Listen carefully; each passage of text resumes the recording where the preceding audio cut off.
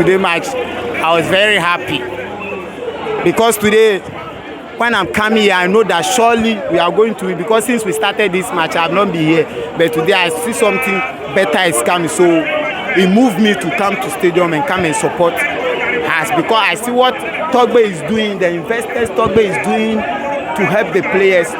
Today, the players have proved to Togbe that what he's doing to them, they too want to appreciate to him. So we thank the players very much. So as we started like this, we have to move, started. We are not going back again. We are moving to forward so that we can win this league this year. And nobody is going to sack this coach. Even if we sack this coach, we have to leave this coach to finish this season because you can't sack this coach and go and bring another coach. The team will just do some roughly. So let's leave the coach. We can't use only 5 matches and judge this coach. So let's see what will happen. So I'm urging all our supporters to start supporting the boys. Even when we are traveling, if you know you have finance, you can travel, you have to support them so that we can go. So thank them very much. Very, very, very much. We don't know how to thank them, so this is opportunity to thank them. I'm very appreciative to them. Thank you very much. Oh, Meadeama team ni na because me baby I'm here juma hola pass no kotokofo no dosu.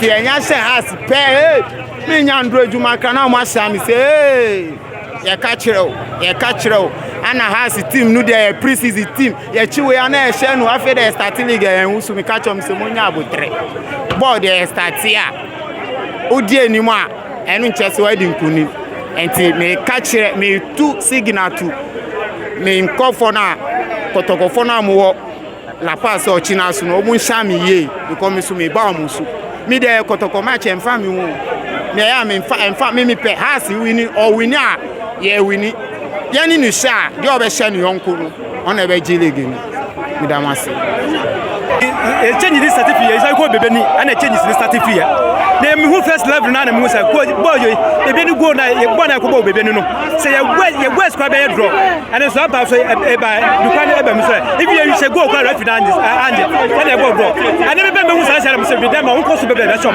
nte na go na go no dey who to say the proper performance no coach ye good selection and me di win there na me supporters be so me ni aje say ye go efe na say ni aje Meadeama ya che o me na aje o ikabo we na ye 7-1 bo we say me am the film ko bo we 7-1 pepepe me am the film na ma we go score na ya be fam e ka ball play sin na ba so mo de mo win go da o ma win na me next time be na supporters say e be pack aba be hwebo enti me ni aje say ya win 3-1 enti no want no say they wakanisa me kan say me hwe no me yes we win ma ko enti yes na no me de ne hwe no the selection be here and then that is obo na me me jidadi the say me hwe ma 2-3 matches action me win 3 matches na no me hu say o coach say that obet na atana ada so obekọ but so far the me hu 2 matches me hu so far so good say mo nyanko ko ni say yabre pa yabre na mo ade bia be hyase bia no do eya na hitches wom entino before no not enkoye ba kokora ye bobo ha no kra common pass mienu miensa kwa meka bo mu kwa na mfa ba na no hwa omoni wo hwe ball no mo ball na efe so bia ni abre so be bibia ma no ankasa ne ho no de ama ha so foguru nti na de ball no de kama pa da na kwa mpepepe o say eya na most at times the ball de ball na say nya win ba kwa e boost confidence no ntino me sure pass game ya ball ne no say ye fa positive na wo mu no na de kwa anim de ade aka ni na de ebebo aye pa omo ba o say 5-1 ba sam ne say ta mo say 5-1 ni nyina na ebre enkoye sesia na asa team na start say pick kakra enti say na pick kakra there I think say best man ebebo aye pa we are now win there we are 3 points yes more opportunities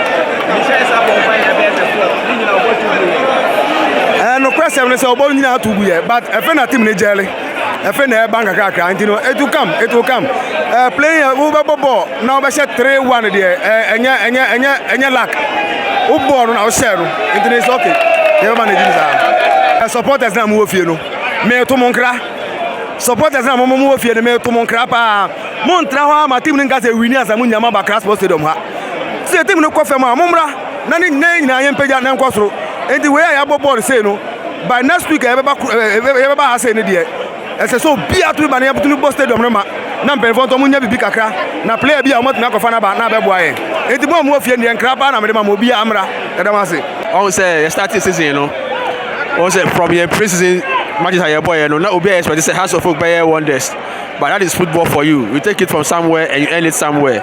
I've always said, yeah, has Emerging League, you know. That's how it starts. What do I say? And to going forward, and who they are, who they are better to. This is just the beginning of the whole show. What do I say? And you know, phobia there. They say they move away there. Crashing our warrior. So what I say? And then, Nipa 11, the chance, you don't be a change my capital. Nipa born in and then you know your post boy. Oh, when they make come on in question, or say SCB. It's been so wonderful from the first time of House of Folk. What you say or no house, then I come out so. And you say, ABI, Yasani, I say, I say, or team, you know. While between when you want to say, Charlie boy, and was starting to proving home. Say, like, he's really a phobian. Any player of 3 hours about senior team, you know, or the proper team, you know. Okay, now one in I don't count the buyer now. Hamza, Isa, or yeah, the power. Okay, last week match around LBBL. Now we're guiding the movement. Maybe I just say he has a future with House of Folk. So you won't buy say from now pick and on fan go we na we be come mama House of Folk. Me protect shit on me buy. Yes. Yes. Thank you. Has the own performance no there from the beginning. No more bubble. Now I can't do the ball. No be shape. We show any ball. No possession is very good, but final, you know, and hard. But boys now are very, very skillful, and they are young players. And the crown can say she be 7 and 6, but boys now, man, until almost continue this way. Obi antumi ye twa Olympics ni kotoko omo na ni wa omo so pa ye twa omo ye be bury omo say dey bury nkofo we ya dey be carry na ye be win ni aka ho so omo to me bo at least ye nya obi a otumi shego a nko obi antumi ye because boys won bobo pa o sure they are skillful players Michelle Sapon wonum na they are very, very skillful any Linda mo na they are very, very skillful nso share so very careful phobia they are very skillful players. So we are warning the other teams. And then they me back park no. They number 2 and number 5 PK. And number 2 omo bobo pa. O to me fa bon fa no. And a PK no ball na was through obe hura here. A very, very strong player. And they call him for man of the match. And you know, no antina me buy. Na me dey na me nim say we no me be bury omo.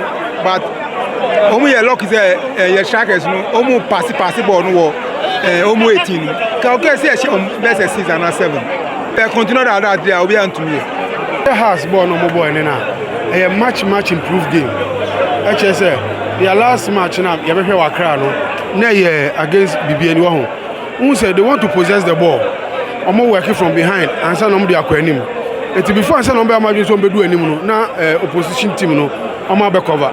But when who say the eagerness to score is there, and I feel so many ball now 1, 2, 3 no open no do the end of the third for Muka Kope go to who say when a much improved. It's no many 3 goals. I mean no we are doing baby, me no nya doing chess pre-season there. Obi a person impressive, but who say you starting league no more ball one top, which was not helping. The two say na supporters no were complaining say one top na has ball amboa. Until them say kind of coach in it, and to hear now no more ball 2 top. And the ball no munya so from a chain of midfielders now penny they must strikers in terms of 2 top no afena boa House of sing 1 top no at the tonu o share sometimes you know I na me blame boot na player ni sha no a play major role enti no say obehwe ni boot na beboa but o share senior na obo no confidence no ho and so okobi obi begina ho ma no bo so okobi a and then so oma so wa yes small. So we born boy ni nyina na won say so one why say Meadeama for main striker it see no see reading no ye bibia no won say ma so why so but it shift no say no busa me the name say boot no ha no because bo say do mra bi no kra no hwe ne na ho bo say no hwe boot no enti so hwe boot no say e be boa no me say our supporters na omu free Togbe na respect bi anim no omu njai because Togbe no onye ni paketwa oye ohini a ojina ne nanso what you say kroma ya wahimfu bi wa ha omu se omu ye football so omu sika nkom afi na omu ye biahwe but Togbe no nia oje no ani sika wa pompi wo ha asemu ni yanyina ya ni ahu eti misra supporters ni se ni omu bo ohini bi din a omu ka se ye bo ye mu ase no sa ohini no onsi ntogbe sa ohini no onsi ntogbe ni asa ohini na ya ma ni team no entu ni atogbe ya ma ni team eti omu fre togbe na omu fa ebuo ma togbe na togbe no nyo ohini ketewa oyo ohini bi ti se ebinum hina omu ye no yo na so ye hu hwe no ya bra omu ya bro mo ye da ba se bebre